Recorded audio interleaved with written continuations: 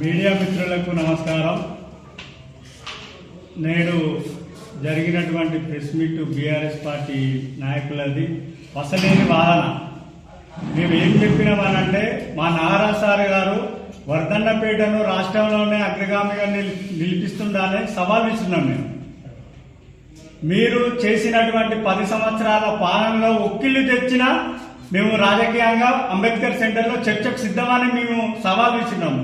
మీరు ఆ సవాల్ను స్వీకరించకుండా మా నాయకుడిని, మా ప్రెస్ మీట్ పెట్టిన రాష్ట్ర కాంగ్రెస్ నాయకులను విమర్శించడం అది విడ్డూరంగా ఉంది.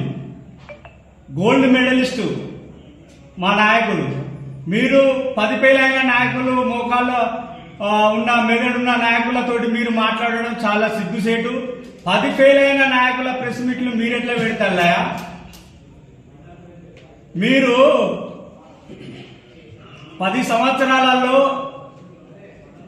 ఉన్న బీఆర్ఎస్ ప్రభుత్వం మా నాయకునికి ఇన్ఛార్జ్ ఇయ్యలే. నేడు ఇప్పటికీ మా దళితులను మీరు అవమానపరుస్తున్నారు. ఎస్సీ ఎస్టీ బీసీ మైనార్టీ వర్గాలకు ఇంకా మీరు రాజ్యాధికారం ఇవ్వట్లేదు. దొరల పాలన, దొరల రాజ్యం నడుస్తుంది వర్ధన్నపేటలో. మా ఎమ్మెల్యే గారు విద్యావంతుడు, ఆయన రాజకీయాల నుంచి వచ్చి సేవ చేయాలనే సంకల్పంతో వర్ధన్నపేటను ఎంచుకొని రాజకీయాలు చేయట్లే. మావాడు సేవ చేస్తుండు. వర్ధన్నపేటకు నువ్వు ఏం చేస్తున్నావు అని తిరుగుతున్నావు. ఇక్కడ ఫస్ట్ మీరు ఇన్ఛార్జ్ చేయండి బీఆర్ఎస్ పార్టీకి. నాగరాజ్ సార్ అంటే ఇందిరమ్మ ఇండ్లు 10 ఏళ్ల పాలనలో ఒక్క రేషన్ కార్డు ఇవ్వలే మీరు.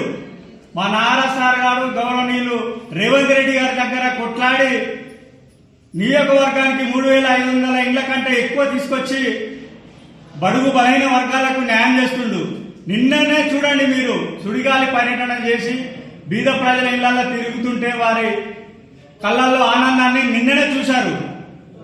మీరు మళ్ళీ మా నాయకుడి మీద విమర్శలు చేయడం చాలా సిగ్గుసేటు. ఖబర్దార్ దయాకర్ రావు గారు, మీరు వర్ధన్నపేట మున్సిపాలిటీలో ఓట్లు అడిగే నైతిక హక్కు లేదు. ఎందుకంటే ఒక్క ఇల్లైన ఇచ్చిల్లా మీరు మీ ప్రభుత్వంలో. మా నాగరాజ్ సార్ గారు గౌరవనీయులు బట్టన్న రేవంత్ అన్న దగ్గర కొట్లాడి నియోజకవర్గానికి అధిక నిధులు తెస్తుండు.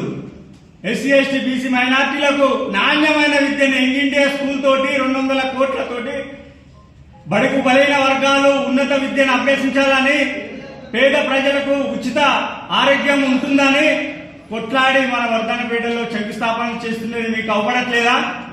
ఇందిరమ్మ ఇండ్ల దగ్గర వాళ్ళు బంగారం కూడబెట్టుకున్నారు. చలో రండి, రేపు మధ్యాహ్నం 1ంటికి అంబేద్కర్ సెంటర్ వద్ద బహిరంగ చర్చకు ఒక్కరిని తీసుకురండి.